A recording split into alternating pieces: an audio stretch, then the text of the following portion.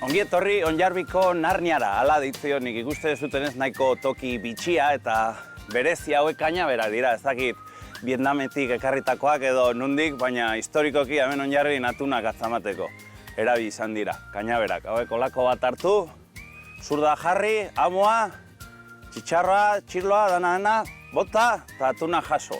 Gu Jaizkibelen gaude, Hondarribiko aldean, eta dakigunez gehiengoa Hondarribia da, eta gero beste aldean Pasaia eta Lezo herriak hartzen ditu. Niri gustatuko litzaiakena benetan izango litzateke Euskal Herriko tontor guztiak egin, ezta?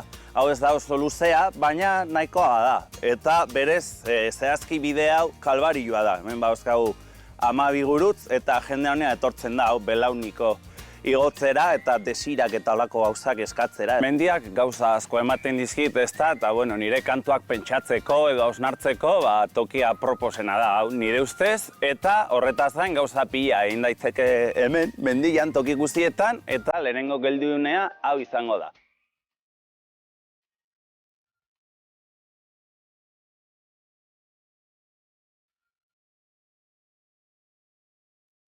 Behingoz Guadalupera iritsi gera eta hemen atzean ikus ditzakegu zenolako parajiak dauzkagun. Alde batetik bertan Hondarribia, alde zaharreko eliza, horratzean Bidasoa ibaia, atzean Hendaia, atzerago Azkain eta berartean dagoen Larruen mendia, gero eskubirago Irun dago, ez bazare juten ez dago arazorik, eta bertan Aiako harriak, Oiartzun, Lesaka eta hori dena mendikan ikustea oso toki polita. Tantzinatik erabili izan dana gotorleku bezala edo belatoki bezala.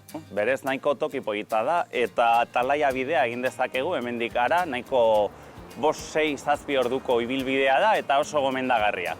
Bertan ikus dezakegu Guadalupeko santutegia eta betianik dakigunez Hondarribiko herriak lotura handia izan du itsasoarekiko eta bertan barruan ikus ditzakegu eurrezko itsasontzi txiki batzuk, direina eskaintza batzuk, noizbait marinelaren bat, istripuren bat izan badu itsasoan eta salbatu bada, hori ekarri du honea, esker honez emanez Guadalupeko Ama Birjinari. Hau Guadalupeko beste txoko ospetsu bat da, bertako iturria, egune honea etortzen naizenean, beti eraten ezeo zer, mendira igo baino leno, baina ara sorpresa dirudienez ez da edangarria, hor jartzen duen bezala. Ni bazpada ere, arauak apurtzeko daude eta erango dut. Bihar bizirik ez banago, ongi izan. Maite zaituztet eta ez ahaztu, estatua bat nahi dut.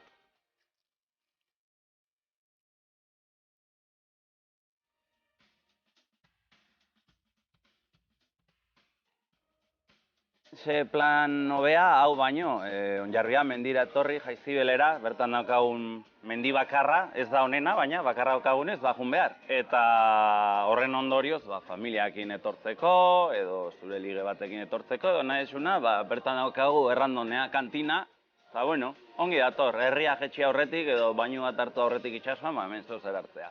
Iritsi da nik eskatutakoa, malkoak, nahiko fina, egia esan ez dakit ze animalia da, baina bueno, berez haragia, ez dakit txerria, bildotxa edo beia edo zer dan, eta normalean dator patata batzuekin eta piper batzuekin. Eta, bueno, mendian ibilez gero, bakizute, hau da txapeldunon hamaiketakoa.